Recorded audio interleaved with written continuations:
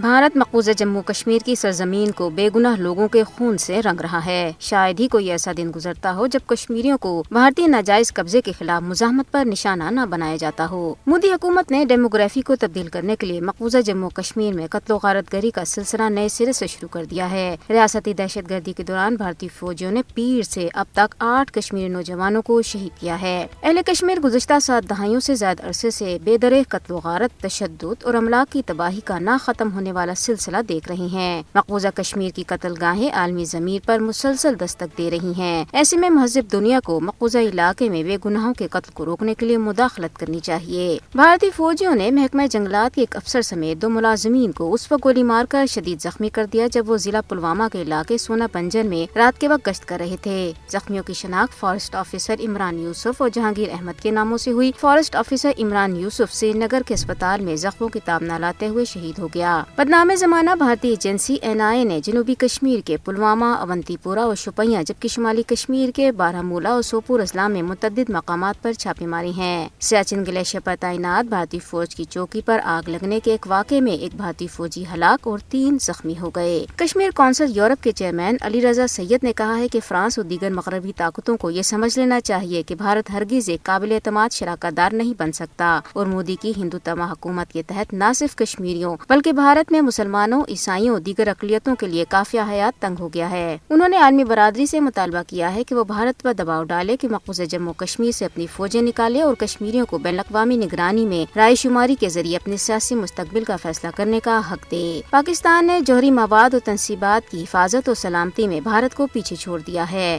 NTI index report کے مطابق پاکستان جوہری مواد کی سیکیورٹی امور میں 19ویں نمبر پر ہے، جس کے بعد بھارت، ایران اور شمالی کوریا کا نمبر آتا ہے۔